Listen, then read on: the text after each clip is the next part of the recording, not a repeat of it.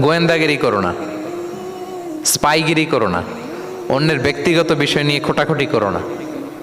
এরকম স্বভাব আমাদের অনেকের আছে না নাই? অনেকে দেখবেন যে অনেকের প্রাইভেট বিষয় নিয়ে খোঁচাখুচি করতে সে বড্ড মজা পায়।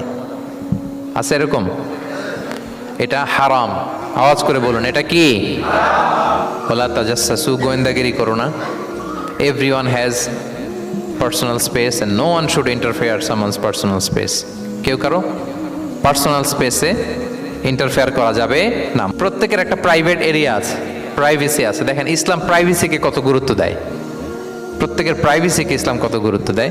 কারো প্রাইভেসির মধ্যে ইন্টারফেয়ার করা এটা ইসলাম পছন্দ করে না। এজন্য খবরদার, কারো ব্যক্তিগত কোনো ইস্যু নিয়ে আমরা নাক গলাতে পারবো না।